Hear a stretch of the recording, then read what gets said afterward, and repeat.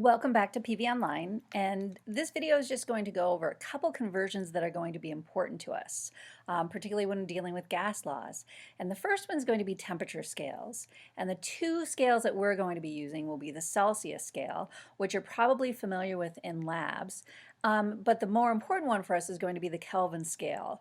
Now the Celsius scale is simply based on the freezing and boiling points of water, meaning it's just an arbitrary scale that you can go below zero.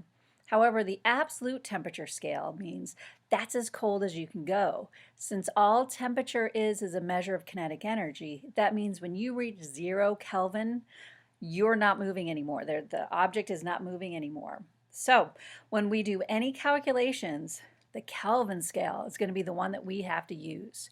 So remember, no matter what, you're going to have to use the Kelvin scale in any calculations. But fortunately for us, it's pretty straightforward. In order to go from Celsius to Kelvin, all we have to do is add 273. And you can see here that if you have a thermometer and if it's at 0 degrees Celsius, then that means that if you were to go to absolute zero, as cold as it possibly could get, you would go to negative 273. Conversely, if you're at 0 degrees Celsius, on the Kelvin scale, that means you're at 273 Kelvin. So let's do a couple quick calculations. All right, we want to convert 35 degrees Celsius to Kelvin. So in order to do that, let's do for part A. My Kelvin temperature is simply going to be the 35 plus 273. I add those two together, and that will give me 308 Kelvin.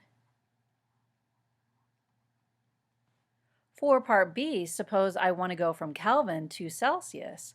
Well, if I put in 305 for Kelvin, it equals my degrees Celsius plus 273. What will I have to do to get degrees Celsius by itself?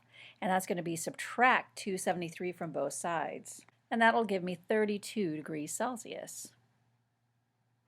So make sure you write down this formula someplace because you will be using it. Another conversion that we're going to encounter is going to be pressure scales.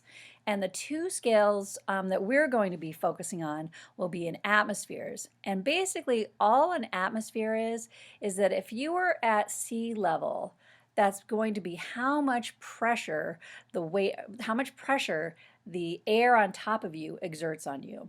Okay, so we don't think of it as being very large, but actually the weight of the air pushing on you is a very large pressure. One atmosphere is defined as 760 millimeters of mercury.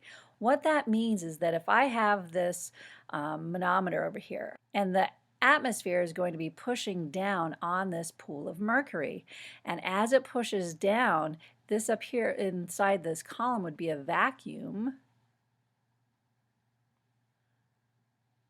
There would be no atmosphere, there's no air to push down in this area. So if I had the outside air pushing down on this pool of mercury, it would push that column of mercury up a distance of 76 centimeters or 760 millimeters of mercury. Now the reason that we use mercury instead of water is because it's so dense. If we had to do that with water, the column would be huge. It would just be so big that we couldn't deal with it. And that's why we use mercury in barometers, manometers, and all kinds of pressure devices. So let's take a look at this first one. And it says convert 795 millimeters. So I'm always going to start with what I've given.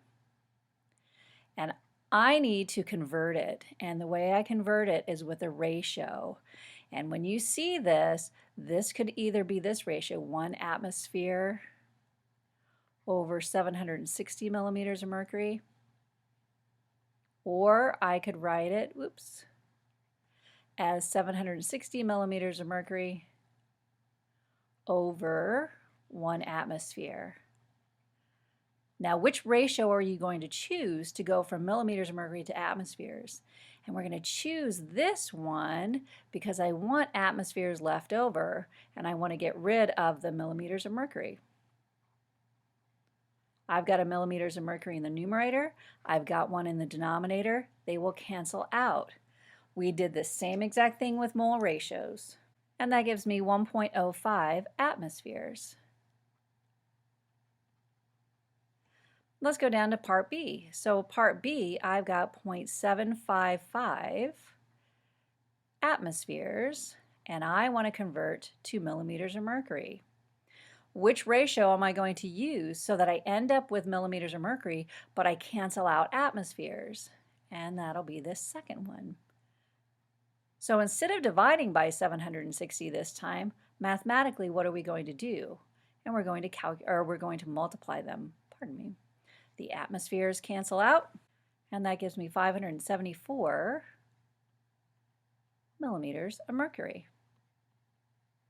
If you're ever listening to the news and when they give you the weather forecast and they start talking about Phoenix being under a high pressure, what that means is that the pressure would be greater than 760 millimeters of mercury. So that mercury column would actually be pushed up even farther. And the last thing we need to look at today is what's standard temperature and pressure. And we're going to consider standard pressure as 1 atmosphere. So if you're ever given a problem when the gas is at STP, standard temperature and pressure, that means you know right away that the pressure is 1 atmosphere. Now 1 atmosphere is equivalent to 760 millimeters of mercury. Standard temperature will always be at 0 degrees Celsius. So again, if you're given a word problem and it says you're operating at STP, we know right away we're at 0 degrees Celsius. However, in your calculation, we have to be in Kelvin. So what do we have to do to convert Celsius to Kelvin? We have to add 273. All right, this was just a little introduction to some units you're going to encounter. We will see you next time.